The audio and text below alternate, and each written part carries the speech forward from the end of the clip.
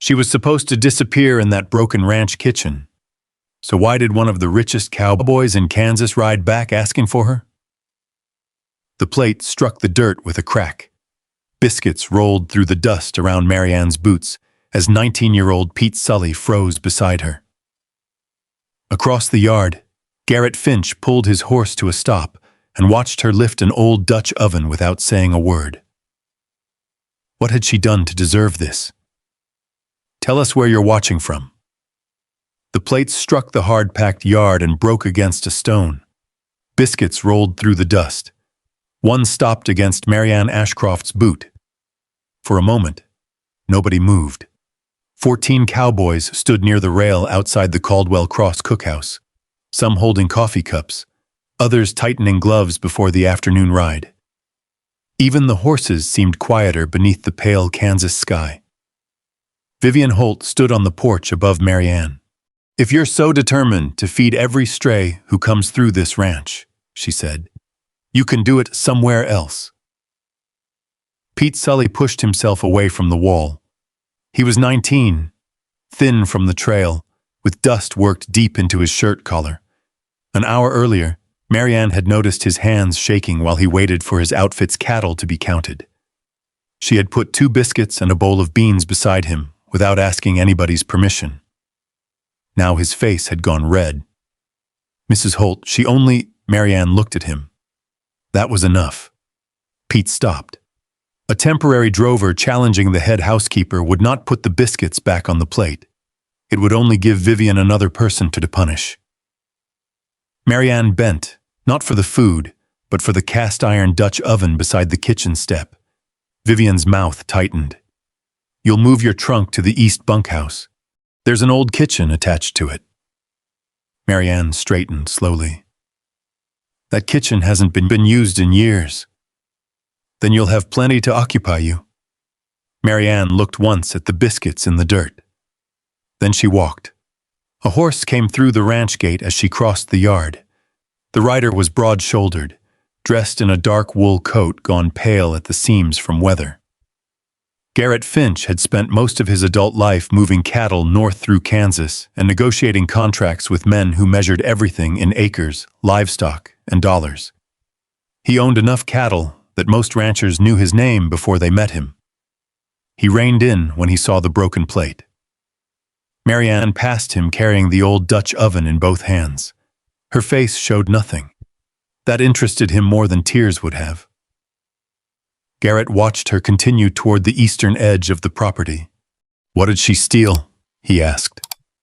Soto stood beside the corral gate, one hand resting on the top rail. The quiet Comanche ranch hand looked toward the kitchen. "Nothing." Garrett waited. Soto added, "Fed a hungry man." Garrett looked again toward Maryanne. She did not turn around. By sundown, she understood exactly what Vivian had given her. The east bunkhouse kitchen had a dirt floor, one broken window, a table leaning badly to one side, and an iron stove furred with rust and old grease. The flue pipe hung loose from the wall fitting. Wind came through the missing pane carrying the smell of dry grass and cattle. Maryanne set down her trunk. She removed her right boot and reached beneath the lining. $11. That was what remained. 4 years earlier, Elias Ashcroft had died after 11 years cooking cattle drives. The small farm they had worked outside Wichita had followed him soon after, taken by debt. Maryanne had crossed 3 state lines since then, with clothes, those $11, and the Dutch oven Elias had seasoned so well its iron shone almost black. She ran her thumb across its rim. For one heartbeat, she remembered his hand over hers beside a trail fire. "Don't trust the flame, Maryanne. Trust the iron." She closed her eyes, then opened them. "All right," she said to the ruined room. Near dark, someone tapped lightly at the door. Clara Mae Dunning stood outside, 18 years old and nervous enough to keep looking over her shoulder. She held out a cloth bundle. "Beans, hardtack, half a tin of lard." Maryanne looked at her. "Mrs. Holt know you're here?" "No." "Then we won't trouble her with the information." Clara almost smiled. The next morning, an axe appeared against the bunkhouse wall. Maryanne saw Soto crossing the far yard. She lifted one hand. He gave a single nod. That was all. For 3 days, Maryanne scraped grease, swept dirt, patched the window with canvas, and braced the table leg with hardwood cut from a fallen branch. She wired the flue back into place and sealed the gaps with clay and ash. On the 4th morning, smoke rose straight from the chimney. She cooked beans slowly with lard, sage, salt, and broken hardtack. Then she opened the door. Soto came first. He ate standing. 2 cowboys followed him 20 minutes later. The older one finished his cup, looked at the repaired stove, and held his hands toward the heat. "That's a good fire," he said. Maryanne watched them leave. Then she looked at the flame inside the stove. For the first time, the room did not feel like somewhere she had been sent. It felt like somewhere she had begun. Several days later, 7 riders appeared through the cold afternoon haze. One man sagged badly in his saddle. At the front rode Garrett Finch, and this time, when he reached the east bunkhouse, he did not ride past. Garrett Finch reined in beneath the bare cottonwood beside the kitchen, and the 6 riders behind him drew up in a ragged line. The 7th man looked as though staying in the saddle required all the strength he had left. Maryanne stepped into the doorway, wiping her hands on her apron. Garrett took off his hat. "This a proper stop?" Maryanne looked at the tired horses, the dust on the men's coats, then at the pale-faced rider leaning over his saddle horn. "It's a kitchen with food in it. That's what I can offer." Garrett's mouth shifted slightly. "How much? What do you have?" He studied her. "Usually works the other way." "I know how it usually works." He reached into his coat. $2 and half a sack of hard candy. "Keep the candy. Get your men down." That almost made him smile. The sick man was Amos Pruitt, Garrett's trail cook. He managed one bowl of Maryanne's bean broth, then another, then a third. By the 2nd cup of coffee, Maryanne had noticed the flush beneath the trail dust and the way his hand shook when he reached for the spoon. "How long you been feeling poorly?" Amos glanced toward Garrett. 4 days. Garrett's jaw tightened. "We leave at first light." "No," Maryanne said. Every cowboy at the table went still. Garrett turned toward her slowly. "No? Not with him cooking. I have cattle due north. And if whatever he has passes through your whole crew, you'll have cattle due north and nobody healthy enough to drive them." Garrett held her gaze. Outside, a horse stamped against the frozen ground. "1 day," he said. 2. "That costs me money. Half your outfit sick costs more." He looked at Amos, then back at her. 2 days. That was the first time Maryanne understood something important about Garrett Finch. He could be stubborn, but he was not so proud that he could not change his mind. For the next 2 days, his men occupied the bunkhouse and the small kitchen became crowded with wet coats, tin cups, boots drying near the stove, and the low talk of cowboys grateful to be somewhere warm. Garrett watched Maryanne work. She did not hurry when hurrying would cause waste. She stretched broth with beans and onions, watched the fire without staring at it, and knew which men needed food before coffee and which needed 10 quiet minutes before anybody spoke to them. On the 2nd evening, Garrett stood beside the stove while she lifted the Dutch oven lid. "You learned all this on trail drives?" "My husband did." Garrett did not ask the question most people asked first. How long had Elias been gone? Instead, he said, "He teach you. Most of it. Must have known his work." Maryanne looked into the pot. He did. Nothing in Garrett's face suggested that a dead husband was a rival to be measured against. Maryanne noticed that. When Amos was strong enough to ride again, Garrett left $4 on the table. Maryanne pushed 2 back toward him. "We agreed on 2. The other 2 are for keeping my cook alive long enough to complain about my coffee again." Amos, pulling on his coat near the door, said, "Your coffee deserves complaint." Garrett ignored him. Before mounting, he looked back toward Maryanne. "I'll tell people about this place." "Tell them the food's hot. Leave the rest to them." He nodded. Then he rode north. Garrett Finch kept his word. Within 2 weeks, 3 different outfits stopped at the East Bunkhouse because somebody had heard Finch's crew had eaten there. Henry Prout, a farmsteader 2 miles east, began trading dried corn and beans for labor.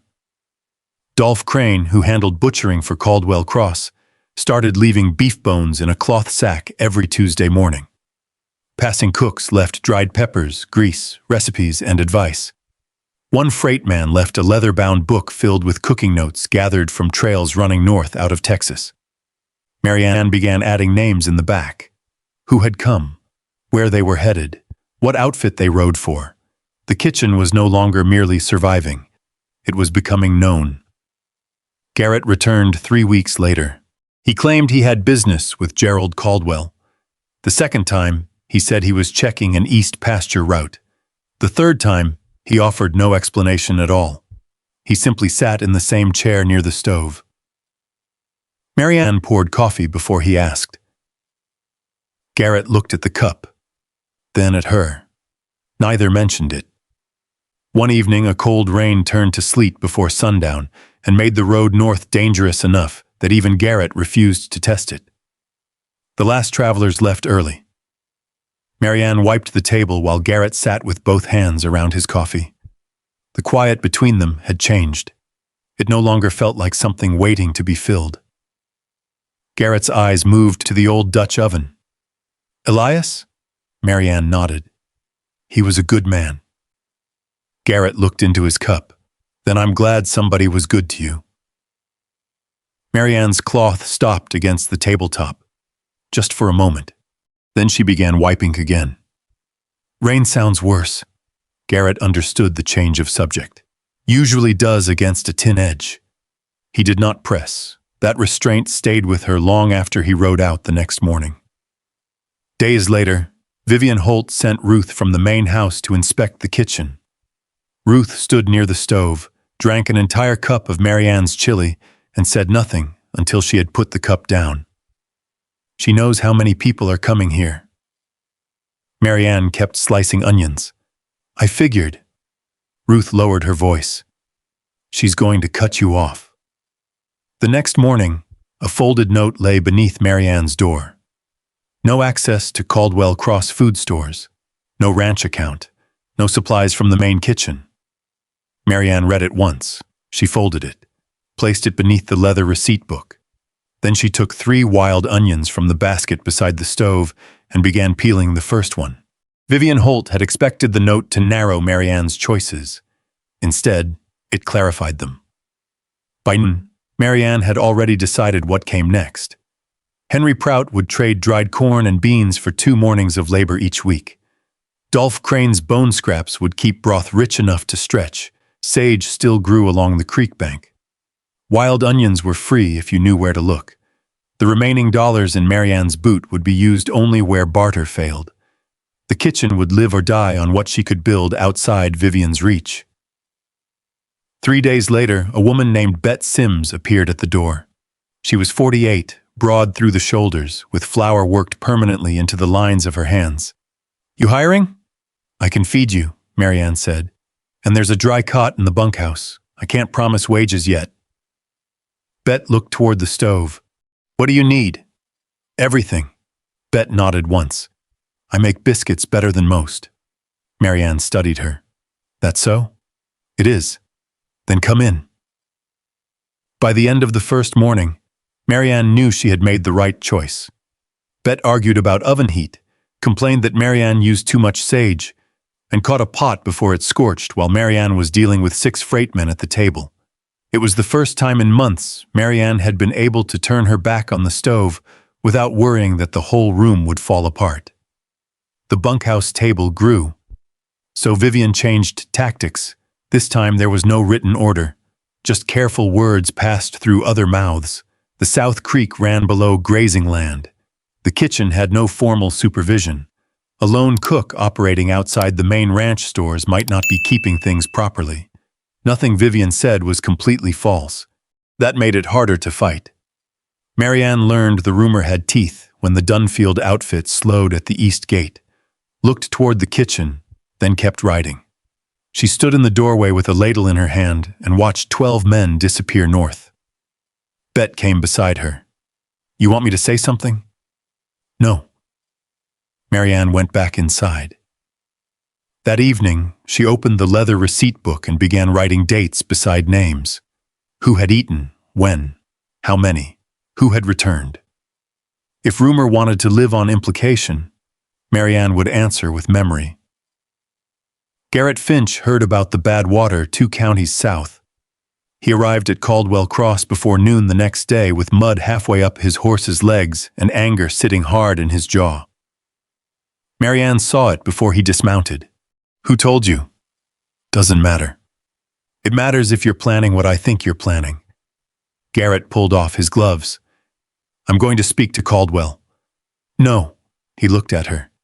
"Vivian's trying to ruin you." "I know. And you want me to do nothing?" "I want you to listen." That stopped him. Maryanne stepped closer, lowering her voice. "If men trust this table because Garrett Finch tells them to, then it isn't my table." His face changed. Not surrender, understanding. "What do you want from me?" "Tell the truth when somebody asks." "That all?" "That's all." Garrett looked toward the kitchen door. The smell of beans and smoke drifted between them. Finally, he nodded. "All right." He did exactly what she asked. When a trail boss questioned him days later, Garrett said only that his men had eaten there. Amos had recovered there, and he would sit at Maryanne's table again without hesitation. Dolph Crane added his own testimony. Amos Pruitt spread the same word farther south. The rumor weakened, then collapsed. By the following week, riders were turning toward the east bunkhouse again. Some came because they were hungry, some because they had heard there was supposed to be something wrong with the place and wanted to judge for themselves. All Maryanne cared about was that they came. She knew Vivian would try something else, so she moved first. Gerald Caldwell rode the east pasture most mornings. Maryanne knew the route. On a cold Wednesday, she met him near the fence carrying a water bucket from the creek. He reined in. "You wanted something?" "A proper arrangement." She laid it out plainly. Independent supplies, no use of Caldwell stores, responsibility for her own customers, 50 cents a month for the right to operate the east bunkhouse as a recognized trail stop. Caldwell listened, then scratched his jaw. "Vivian won't like it." "You own the property." That earned the smallest movement at the corner of his mouth. 3 days later, the written permission arrived. Maryanne folded it twice and placed it in the tin above the stove. That evening, Garrett came by. She handed him the paper. He read it slowly. "Looks like you're difficult to get rid of." "I've been told." He returned the page. Their fingers nearly touched. Neither one moved closer. December came down hard over Kansas. The bunkhouse table became a place men rode toward because the stove was hot, and Maryanne did not care what argument they had carried in from the trail. When rival bosses Wick Hollowell and Santos arrived on the same afternoon, their crews sitting stiff at opposite sides of the room, Maryanne put a fresh pan of cornbread between them. "What's the Canadian crossing like?" Neither answered at first. Then Hollowell said, "East Bank washed out." Santos glanced at him. "West side's worse." Within 10 minutes, they were comparing routes instead of grievances. Garrett heard about that later. He smiled when Amos told him. "She feeds men," Amos said. Garrett looked toward the road east. "No," he said it quietly. "She settles them." 2 weeks before Christmas, Garrett returned alone. No crew, no cattle, no excuse. Maryanne knew something was different the moment he removed his hat and set it on the repaired table. "Amos all right?" "He's fine." Garrett looked at her for a long moment. Then he said, "Come cook for me." Maryanne did not move. He offered $45 a month, board, authority over his trail kitchen, and an assistant of her choosing. Before she could answer, another rider stopped outside. Roy Caswell entered, then Theodore Lark, then, near sundown, August Melling. The numbers rose around the same table where Maryanne had once served soup from a single pot. 50, 55, $60 a month, with bet included. When the last offer was made, the room went so quiet Maryanne could hear the fire settle in the stove. 4 powerful cattlemen were waiting for her answer. Garrett was the only one not looking at the money. Maryanne looked at the walls, the receipt book, the repaired table, the stove she had pulled back from rust. Then she said, "Come back tomorrow." After they left, Bet sat across from her in the low firelight. "You're not taking the 60. Maryanne looked toward the stove. She said nothing. Outside, winter wind worried the canvas over the broken window frame. Bet pushed another stick into the stove, and sparks climbed the flue. $60 a month. Maryanne had once crossed 3 state lines with $11 hidden in her boot. Now a cattleman was offering her more in 1 month than she had once believed she might see in half a year. Bet leaned back. "Board included. I heard him. Equipment too. I heard that. And Finch offered 45. Maryanne finally looked at her. Bet understood. "That one's different." Maryanne closed the receipt book. That was the trouble. Garrett's offer was not the richest. It was the hardest to refuse. She could picture his trail wagon, Amos laughing beside the fire, Garrett returning after dark, dust on his coat, lowering himself near her stove with that tired way he had when no one else was watching. $45 meant security. Going with Garrett meant something more dangerous. She wanted to. Maryanne stood and carried the lamp to the shelf. There were 112 names in the leather book now. Beside them were meal charges, supply notes, trail conditions, recipes, debts paid in labor, and small reminders only she understood. She ran one finger down the pages. Then she said, "I'd rather own something than spend the rest of my life being valuable to somebody who owns the wagon." Bet smiled faintly. "Well, that's going to make tomorrow interesting." It did. By afternoon, 4 horses stood outside. Caswell arrived first. Lark followed. Melling came carrying figures written on folded paper. Garrett entered last. Maryanne poured coffee but did not sit. "I appreciate every offer." Caswell looked pleased. "I won't be taking any of them." His cup stopped halfway to his mouth. "You're turning down $60? "Yes." "For this?" He gestured around the old bunkhouse. Maryanne looked at the repaired stove, the tables, the shelves Bet had helped straighten. "Yes." Lark narrowed his eyes. "You've got another proposition." "I do." Maryanne laid a page on the table. $300 toward expansion. Better equipment. Reliable dry goods arrangements. More seating. And long-term security for the property. In return, participating outfits would receive priority service whenever their crews passed Caldwell Cross. Melling read the page twice. Caswell started asking questions. Lark wanted to know how many outfits had stopped there since October. Maryanne opened the receipt book. Garrett barely looked at the numbers. "I'll do it." Maryanne turned toward him. "You haven't heard all the terms." "I heard enough," Caswell snorted. "Of course Finch is first." That started the bargaining. By sunset, Melling had pledged $75. Caswell committed $100 and access to his wholesale supplier after arguing over nearly every line. Lark offered freight and building materials. Garrett never once asked what his money entitled him to beyond the agreement. Maryanne noticed. The following morning she went to Gerald Caldwell expecting another negotiation. Instead, Caldwell pushed a folded document across his desk. "Prewitt will make it proper." Maryanne opened it. The east bunkhouse, and 1 acre around it. Her eyes returned to the first line. "You're giving it to me?" "I should have paid closer attention to what was happening under my own roof." Maryanne said nothing for several seconds. Caldwell looked toward the window. "Vivian had authority. I let authority become something else." Maryanne folded the paper carefully. When lawyer Pruitt completed the deed, she carried it back across the same yard she had crossed with Elias's Dutch oven while Biscuits lay in the dirt behind her. Garrett found her near dusk. She handed him the deed. He read the name, Maryanne Ashcroft. Then he gave it back. "Mine," she said. Garrett removed his hat. "Yours. No grand congratulations." That was why the moment stayed with her.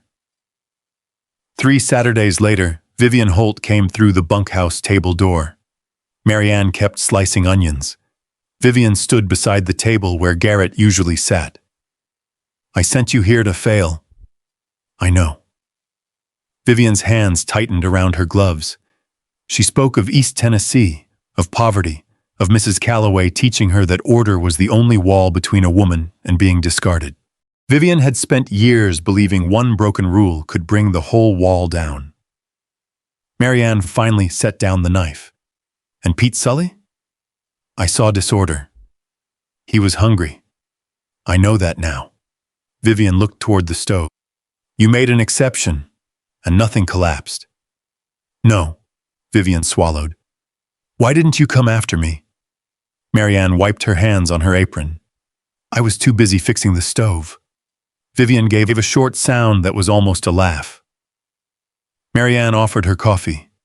Not forgiveness dressed up as friendship. Just a chair. Vivian took it. Weeks later, after the cattleman had gone and Bet had retired for the night, Garrett remained in his familiar place. "When I asked you to come cook for me," he said, "I thought I was offering you a future."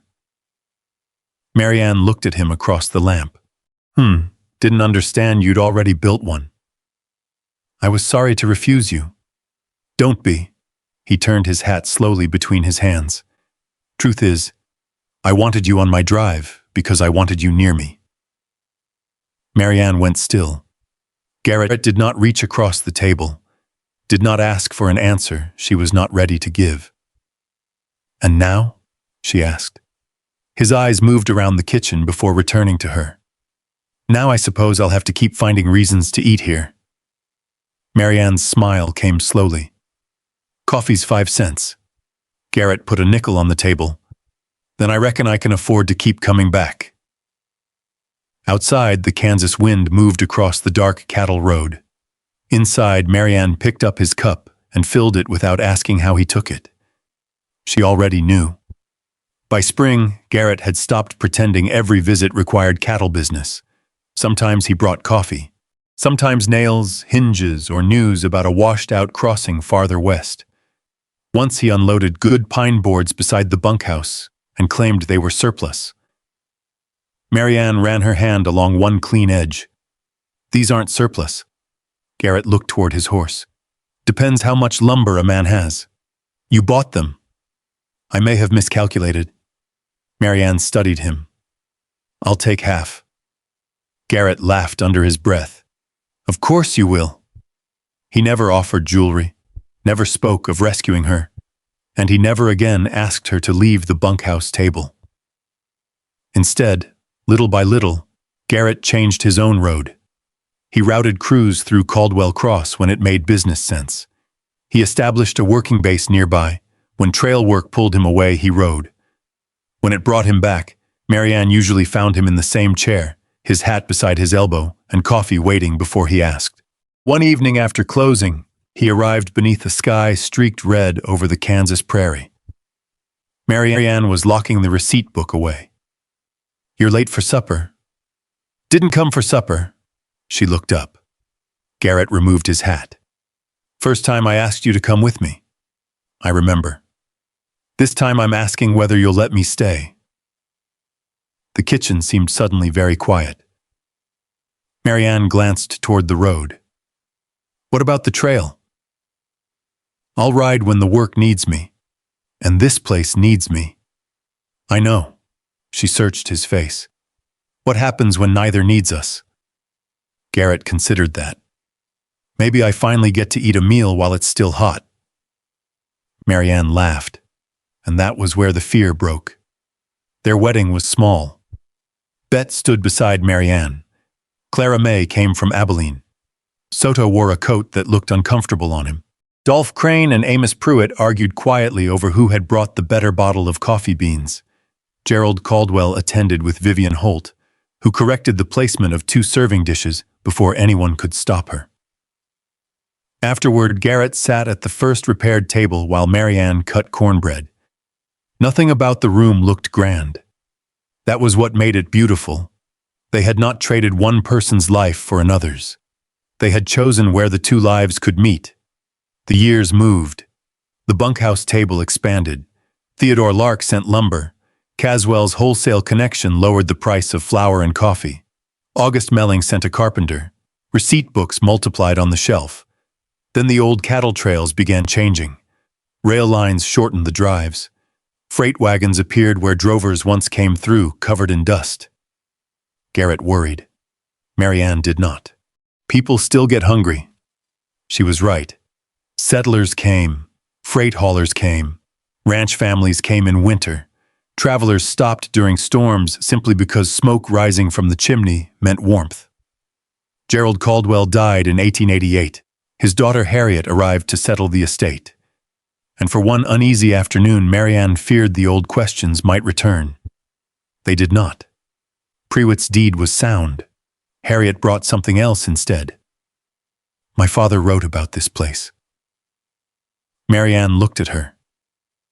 He said giving you that acre was one of the best things he ever did. Harriet noticed Elias's Dutch oven beside the stove. Keep that where people can see it. Maryanne did. Vivian kept coming on Saturdays. She complained about the sage. Maryanne ignored her. Years later, when Vivian's heart weakened, Maryanne visited her in the main house. Vivian admitted she had spent most of her life protecting herself from judgments Gerald and Harriet had never actually made. My rules worked, Vivian whispered. They did. Vivian stared toward the window. Cost too much. After Vivian died, Maryanne closed the bunkhouse table for one day. The next morning, she opened the receipt book and wrote, V. Holt knew too much about sage. Correct about most of it. Garrett found the line. He laughed until Maryanne told him to carry in the flour. More years passed. His hair turned gray. Maryanne's hands slowed. When Elias's Dutch oven became too heavy, Garrett began lifting it without being asked. She still told him exactly where to put it.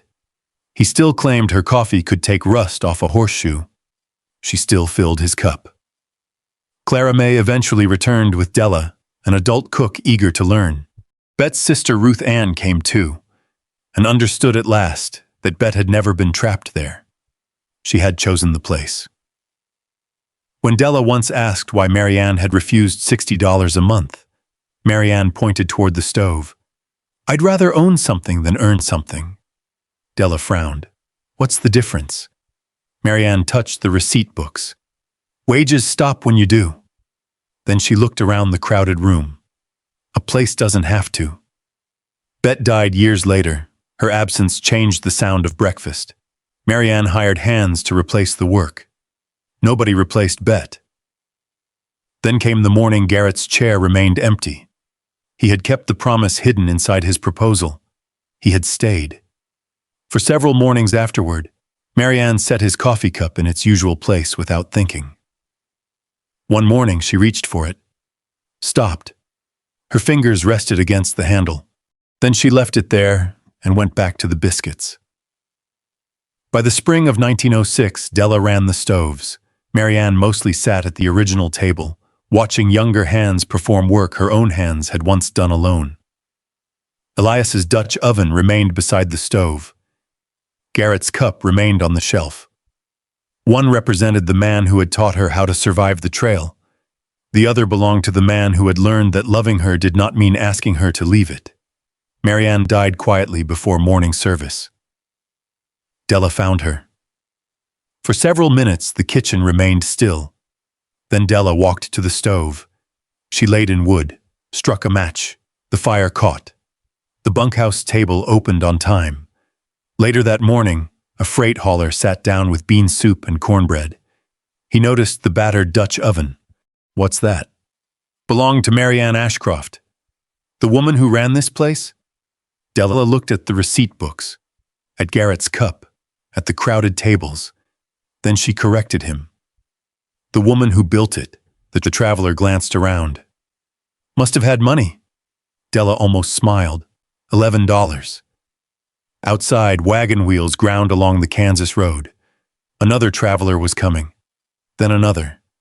21 years earlier, Biscuits had lain in the dirt, while Maryanne Ashcroft carried that Dutch oven toward a broken kitchen meant to make her disappear. She repaired the flue, lit the stove, fed one cowboy, then another. And somewhere among all those meals, Garrett Finch walked through her door believing he might offer her a better place in the world. Instead, he discovered she had already made one. So the rich cowboy changed his question. He stopped asking her to follow, and stayed.